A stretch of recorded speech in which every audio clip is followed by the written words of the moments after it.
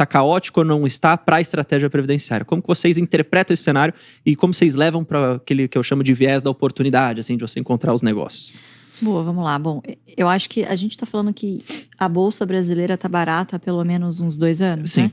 Desde ali, Tá sempre barata, pelo né? menos o segundo semestre de 2021 ali, a gente está insistindo nessa narrativa, né? E eu acho que, de fato, continua muito barato. O que acontece com a grande maioria dos investidores é que, se a gente olhar um histórico recente, né, boa parte deles foram ejetados da renda fixa e foram meio que obrigados a aprender a tomar risco. Ou seja, eles foram levados a investir na Bolsa de Valores por um custo de oportunidade que você tinha ali, claro, de não correr risco no momento, né? Colocar o dinheiro na renda fixa, ela estava rendendo muito pouco. Então, acho que esse é um primeiro parêntese, né? As pessoas, muitas vezes, elas se frustram com os resultados que elas obtêm na Bolsa, né? Porque a grande maioria não é investidor de longo prazo por convicção. É um investidor de longo prazo por conveniência. Ele não tem o resultado que ele esperava obter em 6 meses, em 1 ano, em 2 anos. E aí ele começa a fixar na ideia dele, bom, eu sou de longo prazo. E ele fica lá sofrendo, né? Muitas dessas pessoas que vieram sem uma estratégia consolidada. Não sabiam quais eram os objetivos, muitas vezes seguindo diversas, né, dicas de investimento, ou teses, ou estratégias diferenciadas, né? E você acaba atirando para tudo quanto é lado e perdendo a referência do que eu estou fazendo aqui. Isso aqui não é para mim, tira tudo, volta para a renda fixa. Né? Então, o investidor, não é exclusividade do brasileiro, mas um investidor que está começando a aumentar o leque de produtos ali no portfólio dele, ele tende a fazer o bendito do market timing. Então, ele quer saber a hora que é para ele tirar tudo da renda fixa e botar na renda variável. A hora exata, né? A hora que é para ele tirar da renda variável e botar na renda fixa. E não é assim que funciona. Você tem que destinar os seus recursos de acordo com os seus objetivos. Então, se o seu objetivo é de curto, médio prazo, você sempre tem que ter alguma coisa em renda fixa. Independente do quanto esteja rendendo. Porque é o que é aderente ao seu objetivo. E, na minha opinião, você sempre tem que ter alguma coisa voltada à renda variável. E aí, claro, o que for aderente ao seu perfil. Ações, fundos imobiliários, FIAs, o que quer que seja. Né? Então, acho que essa é a primeira coisa. A expectativa que ele tem quando ele entra na Bolsa e a realidade dos fatos de como as coisas realmente acontecem, né? Olhando para cenário, esse é o cenário que a gente gosta. Não é à toa que Warren Buffett fala sobre comprar ao som de canhões. Faz muito tempo que a gente não ouve o som dos violinos, né? E cada vez mais essa narrativa, ela vira muito rápido, né? Então, há 1 mês atrás, a gente tá gravando agora em julho, né? Meio de julho. Em junho, assim, parecia que tudo ia desabar. De fato, o Brasil ia virar uma Venezuela, tá vendo? Eu avisei, aquele otimismo do ano passado era infundado. Cara, passou nem 1 mês, sabe? As pessoas já estão voltando a ficar otimistas de novo. Então, as coisas que importavam na semana passada não importam. Perdem um pouco de sentido. Perdem a força para a narrativa, né? Exato. Então, onde eu quero chegar com isso? Quando eu vou olhar cenário, eu sempre tento ter um feeling do que é o sentimento geral. E eu me obrigo a sentir o contrário. Tão simples quanto isso. Então, se você tá com medo de continuar aportando na Bolsa, você só vê os seus amigos falando que você é um maluco porque você tá seguindo essa estratégia. Cara, como assim você não tem todo o seu patrimônio em dólar? O Brasil já era. Isso, aquilo. É hora de você comprar. A coisa mudou? É hora de você não vender, mas você dar uma segurada. E foco ali na sua estratégia. Então, assim, sim, a Bolsa continua barata.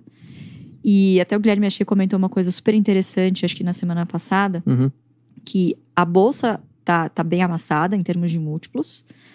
E a gente não tem o nível de risco, de percepção de risco em termos micro, né? Quando você olha para os balanços das empresas, que na média estão ali ficando muito próximo, né, das projeções dos analistas, trimestre após trimestre, né? Quando não surpreendendo positivamente.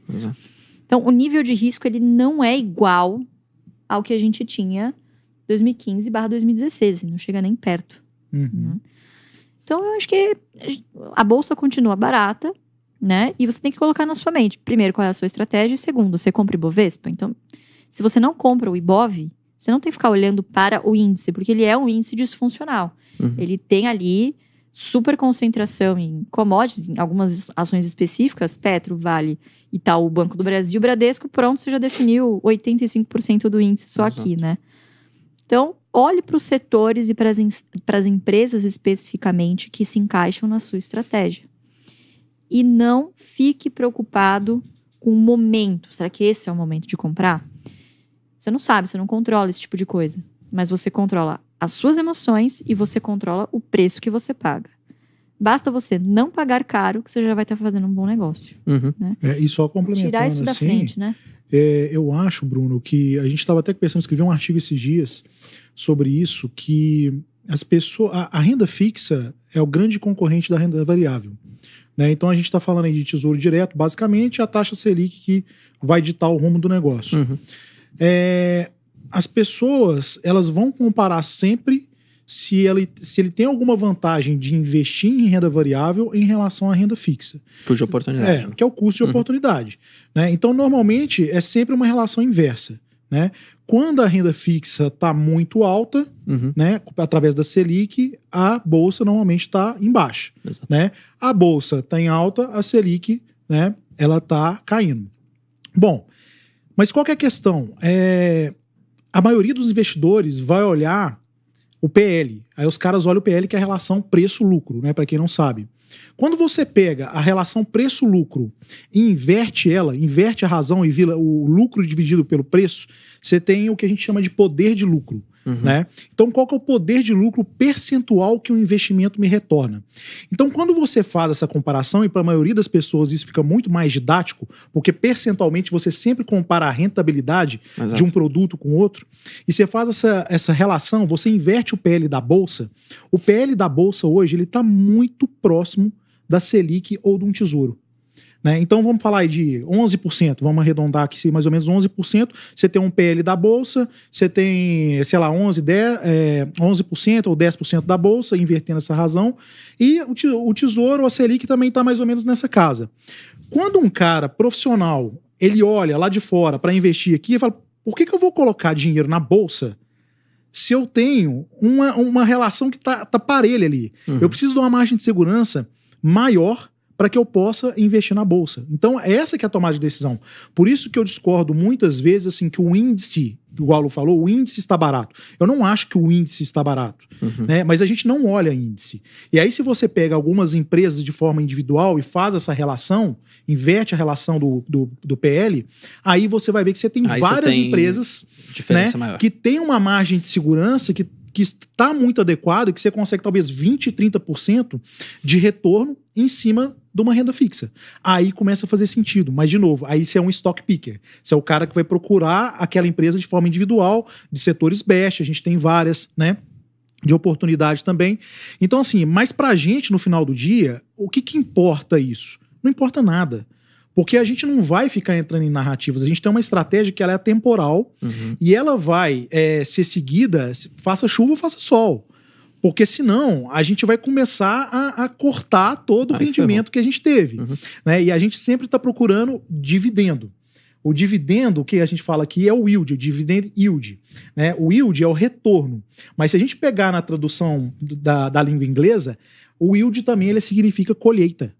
Né? E você só consegue colher alguma coisa se você deixa aquilo prosperar, prosseguir. Se você tem uma árvore que está começando a crescer e de repente você vai lá e corta ela, né, acabou, os frutos acabaram. Então, quando você cai nessa narrativa que agora é melhor o dólar, agora é a Selic, agora a bolsa está barata, agora não sei o quê, você não está seguindo uma estratégia. Você vai estar seguindo o que é mais conveniente, igual a Lu falou, é o mais conveniente de acordo com o cenário de mercado. Então, para a gente é importante colher os frutos e deixar as coisas acontecerem, seguindo, fazendo seus aportes regulares, constantes, que depois você vai conseguir colher os frutos. É isso. Para um investidor assim que começou agora, por exemplo, cara, eu vi o pessoal falando de ações, eu vou começar a investir em ações. Aí pensa que esse cara, viu lá os vídeos do AGF, por exemplo, e falou, cara, eu vou seguir uma estratégia de dividendos, vou pegar setores maduros, pegar um banco, uma elétrica para minha carteira, quiçá talvez até uma empresa ligada a commodities, se o cara quiser. E aí, qual que então seria a sua dica para esse cara nesse sentido? o que ele tem que prestar atenção seria em acompanhar as empresas que ele tem, portanto, seus resultados que ela vai divulgando, e estabelecer um preço limite para ele pagar, e aí, independente do cenário, ele vai comprando desde que a cotação esteja abaixo daquele preço, ou ele precisa ainda fazer alguma outra coisa? Porque por que eu faço essa pergunta? Pelo menos o que eu mais recebo do pessoal é muita euforia, assim. Então, meu Deus, saiu o dado de inflação e a bolsa caiu.